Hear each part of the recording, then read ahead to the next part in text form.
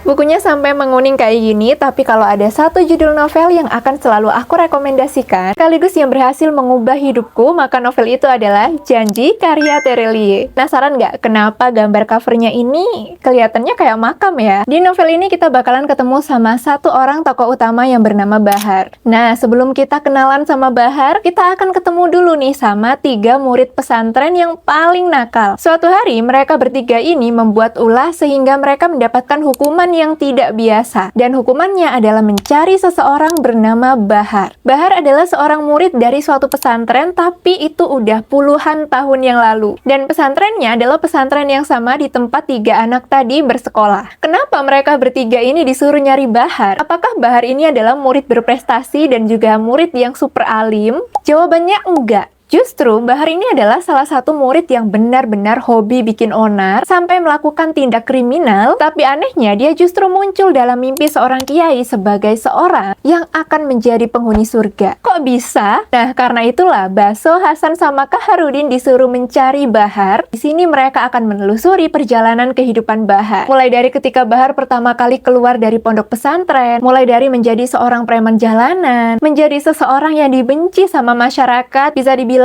Bahar adalah seseorang yang bertransformasi, yang sepanjang hidupnya dia dirutuki oleh rasa bersalah, tapi dia nggak berhenti di tempat dan selalu berusaha untuk memperbaiki dirinya. Bahar hidup berpindah-pindah dari satu kota, dari satu tempat ke tempat yang lain, sekaligus di kehidupannya yang nggak pernah mudah, dia selalu dihadapkan dengan kehilangan orang-orang yang dia sayang. Tapi anehnya, semua orang yang pernah ketemu sama Bahar selalu punya cerita istimewa tentang kebaikan dari tokoh yang satu ini. Maka dari itu namanya adalah Bahar Safar, yang berarti adalah seorang pengembara. Dan barangkali mungkin kita semua sama kayak Bahar, sedang mengembara dengan cara kita masing-masing, sedang berusaha untuk mencoba menebus dosa-dosa kita di masa lalu, tapi bukan berarti manusia yang nggak sempurna, manusia yang pernah berbuat kesalahan, nggak berhak untuk masuk surga. Dari novel Janji, aku bisa belajar kalau janji kehidupan itu pasti, sama pastinya dengan janji kematian dan juga janji keadilan dari Tuhan. So, aku akan selalu rekomendasikan novel Janji di urutan pertama buat teman-teman yang mau belajar arti dari kehidupan.